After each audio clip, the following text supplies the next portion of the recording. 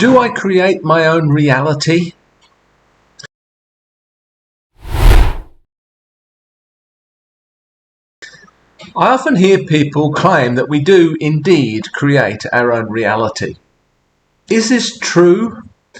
If so, in what sense is it true? I want to first make a distinction between perception and influence. I've mentioned before the 18th century German philosopher Immanuel Kant. He argued that we cannot actually ever know external reality in itself. We can only perceive it through certain a priori constructs, which are part of the very structure of our awareness. These a priori categories are things such as time, space, and causality. These are things that our minds impose on reality, prior to any actual experience of that reality. We can't know reality in itself, but only this filtered version. In this sense, in terms of perception, we do indeed create, or at least shape, our reality. Note that Kant is not saying that no such reality actually exists out there, something external to us. So this is not solipsism, which claims that only the self exists. He's only saying that we can't know this reality in itself, but only via these categories. These categories shape our experience and perception of this reality, but this reality has an independent existence. I would argue that these a priori categories have arisen within this reality, that they are in fact a product of this reality. It seems reasonable to me then to assume that reality has shaped these categories in such a way that they actually correspond in some way to the reality that gave rise to them. They're unlikely to be false or deceptive. The precise relationship between actual reality and our experience and perception of it is intrinsically unknowable. But I would argue that there is such a relationship, some kind of correlation, and that it's reliable and functional. Assuming, of course, that Kant's model of epistemology is actually correct. So perhaps we do, in a sense, shape our reality, or at least our perception of reality at a fundamental level.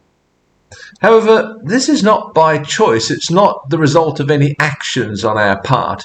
We're simply built that way.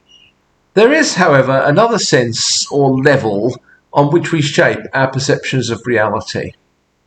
Our prior actions, decisions, and perceptions certainly help to shape our current perceptions. I think we're all familiar with what happens, for example, when we buy a new car. Suddenly we begin seeing this same model of car everywhere on the road. Our actions of buying this car, or our powers of perception, have not suddenly created these other cars. They were there before, they were always there before. It's just that now, suddenly, we can see them. Prior to our buying of this new car, they were filtered out. Now we see them.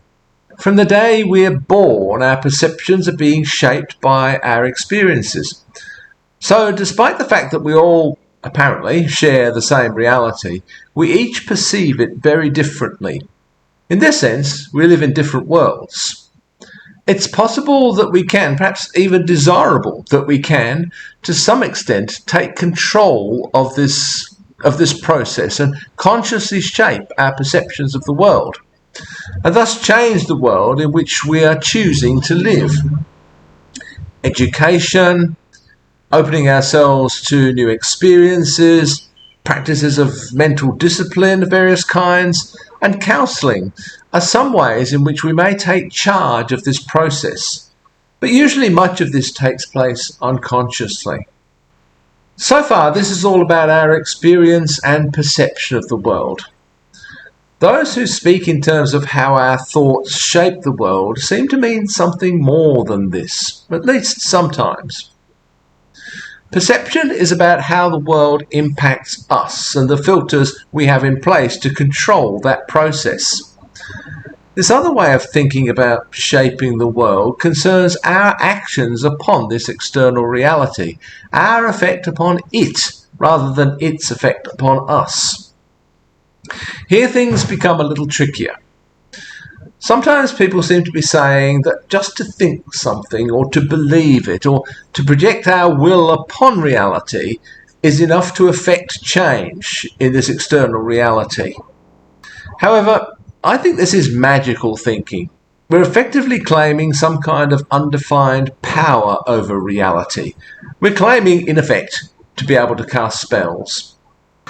There is a way in which our thoughts can actually affect reality, but it's much, much less direct than this and perhaps much less interesting. Our thoughts can and do affect our actions, and through our actions we do indeed change reality. Our thoughts alone don't do this. This is magical thinking. But when our thoughts become incarnated in actions, behaviour and habits, then they do indeed affect reality.